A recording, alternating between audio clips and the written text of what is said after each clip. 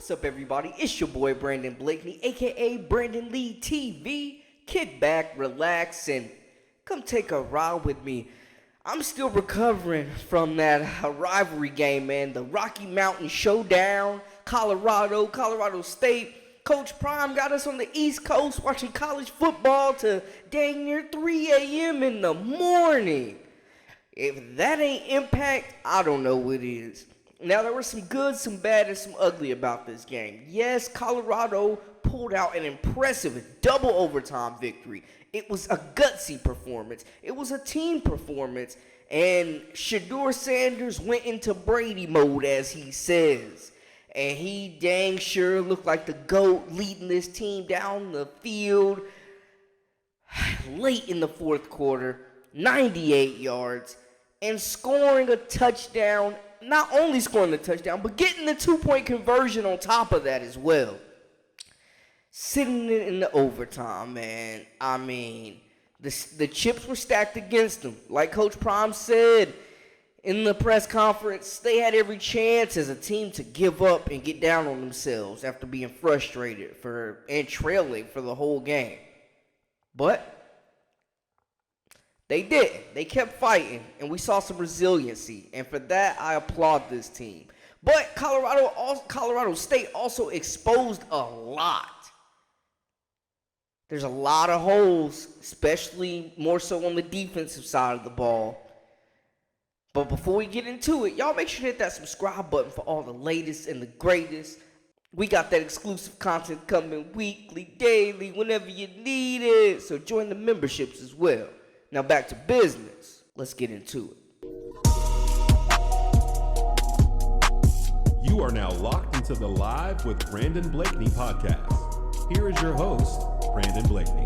So just looking at how this game started, pre-game, energy was already nuts. From the trash talk to the skirmishes to the teams having to be separated on the field.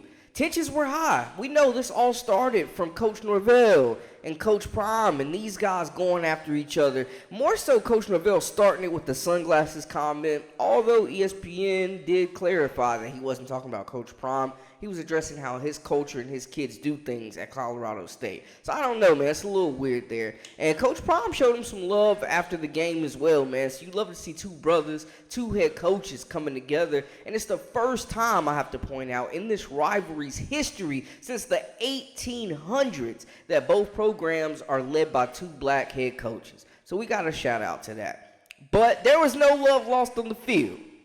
And if you watched the game, you saw it. From the dirty hit on Travis Hunter, man. I mean, this is just disgusting. I'm not going to lie to y'all, man.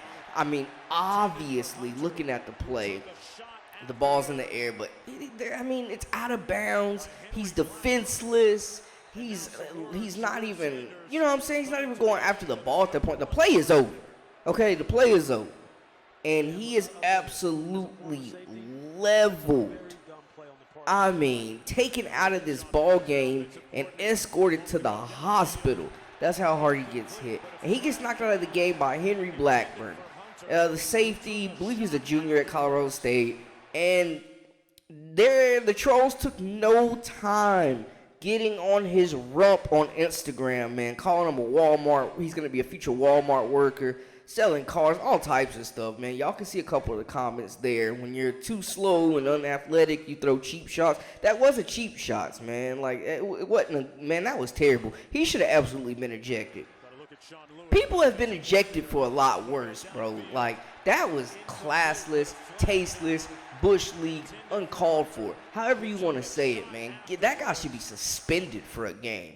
Like, that is ridiculous, man. Blatant. And just for them to get 15 yards on that, it wasn't enough. But the penalties, Colorado State proved to be undisciplined. They had over 100 yards of penalties, continuously shot themselves in the foot. The star DN, Kamara, who was on Shedeur Sanders' rump for majority of the first half and some of the second half as well, he was causing problems. And he ended up on the first possession of overtime getting the targeting penalty for the late hit and using the crown of his helmet, the dirty hit, getting under Shedeur's chin, and just planting him into the ground. He gets ejected. My thing is, though, if he got ejected, how come Blackburn didn't get ejected? Like, the hit, I mean, you know what I'm saying? His hit was worse. But anyways, it was just undisciplined, man. And Coach Norvell said in the press conference, I was disappointed.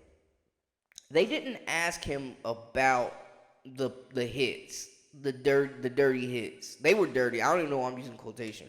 They were dirty. They didn't really ask him about that, but he just kind of talked about how he was proud of his team's gutsy performance. And they came to play. Now, we know Shedeur balled out. We went over that in my last video. He showed poise, composure, leadership. I loved what I saw. And firmly keeps his name in the Heisman running. He balled out, man, straight up. And you got to respect that. Looking at the numbers again, this was quite a quarterback battle, man. Shedeur Sanders, 36-45, 308 yards, 3 tutties. Most of his damage coming in the second half because he was having some struggles in the first half, but the whole team was. I think Colorado State did a good job of stalling and keeping this offense stagnant, but also keeping them off the field as well. Shout out to the tight end Michael Harrison coming up with the big tutty and the big 2-point conversion, man. Had the 2-point conversion in regulation, then caught the go-ahead tutty in overtime. Jimmy Horn Jr. caught the touchdown to tie the game to actually send it to overtime, to give them a chance to go for 2 and send it to overtime. Shook the defender out his shoes. Xavier Weaver balled out as well. And he's been their most consistent receiving option throughout 3 games, man, I have to say. The run game, kind of non-existent. They did a good job, man, of controlling the line of scrimmage. Colorado State did, especially early on. It was a quiet day for Dylan Edwards, man. 9 carries, 62 yards. By his account, he was bottled up. I mean, we just seen it. Now, on the other side, man. Now, the kid Braden Flower balled out too, man. He did have 2 interceptions that were kind of crucial. But 32 for 42, 347 yards, 3 tutties. Took everything the defense gave him. I mean, it was cross route after cross route after cross route after slant after slant. It was insane, man. They just could not stop the underneath passes. And Colorado State did a great job of taking advantage. And this is where I was talking about how they kind of exposed some holes on that defense, man. First of all, missed tackles. My gosh, missed tackles. This game, let alone, standing alone, one performance, probably got Torrey Horton into the league, man. 13 receptions, 105 yards. He also threw a touchdown in this one, man, showing the arm. Like, this dude in space is a serious problem. He touches it, he's making defenders miss, man. Like, the tackling was piss poor. I just got to say, it was awful. The receivers, Brown, Hawker, Horton, were embarrassing the Colorado defense on those crosses, man. They had no answer for them. Look at that. Brown, 10 receptions, a $131 and a touchdown. Hooker had 3 TDs, and one of them was incredible, the way he snatched it from in contention, snatched it from hitting the ground and from a Colorado defender, man. That kid is absolutely a pro. Horton's a pro as well, man. They've got some really skilled wide receivers and pass catchers, man, tight ends.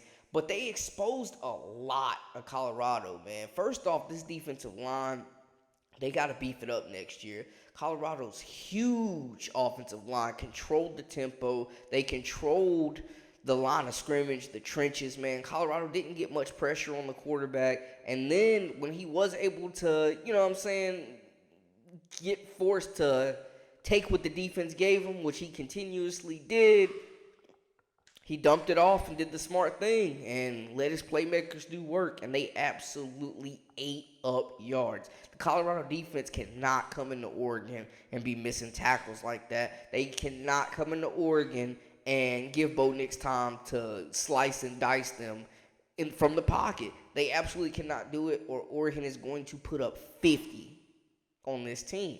And I have no doubt that Colorado State can score with Oregon because, I mean, let's be honest, Oregon gave up damn near 40 points to Texas A&M. You know what I'm saying? Or Texas Tech, excuse me. So they almost lose to Texas Tech. So I'm not saying Oregon's coming in this game flawless by any means, because they absolutely can be beaten, and this Colorado team has the talent to beat them. But the loss of Travis Hunter is going to be major, man. I mean, seriously, he's taken to the hospital. They already confirmed he's going to be out multiple weeks, multiple games. And this is the biggest stretch, arguably, of their season, going to Oregon and then hosting USC. Because if y'all thought the hype train was crazy before, let them boys go to Eugene and beat Oregon. Y'all gonna see something y'all ain't never seen before. A hype train that y'all ain't never seen. I'm talking about it's gonna be everywhere. It's gonna be gonna be something we ain't never seen before. The hype, the notoriety, the coverage. It's gonna be crazy. College game day back in Boulder as they host reigning Heisman Trophy winner Caleb Williams. I'm just saying. But they got to fix the defensive issues, man. They got to get better in coverage. Obviously, Travis Hunter's hands down the best coverage, the best player in the secondary, the best corner on this team, and one of the most explosive offensive sides. They are going to miss him a lot more on the defensive side of the ball than they do on the offensive side of the ball. That's for certain.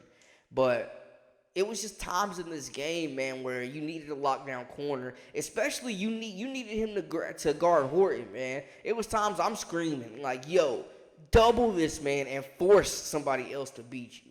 But Colorado State, man, aside from the penalties and the dirty plays, they played hard. They got some talent. This team is obviously not the same team from 2 weeks ago that got their doors blown off by Washington State. This team showed that they could be more physical than Colorado. I mean, they were laying hits. It was times where the Colorado receivers, you could tell, were hearing those footsteps. If you get physical with this group, man, they reacted, and I like that. But I think Colorado State laid out a game plan of getting physical with them, blitzing, putting pressure on Shedeur Sanders. They got a freshman center right now starting, putting pressure on him, and jamming these receivers, getting physical with these receivers, and getting physical with Edwards, man, and chewing up that clock to keep them off the field. I mean, Colorado State had no problem moving the football, and they were up 11 points in the fourth quarter. This game was theirs to win, and they sold it. But I agree with Coach Norvell, something he said in the press conference about how they can build on this into the future. He's just in his second year there.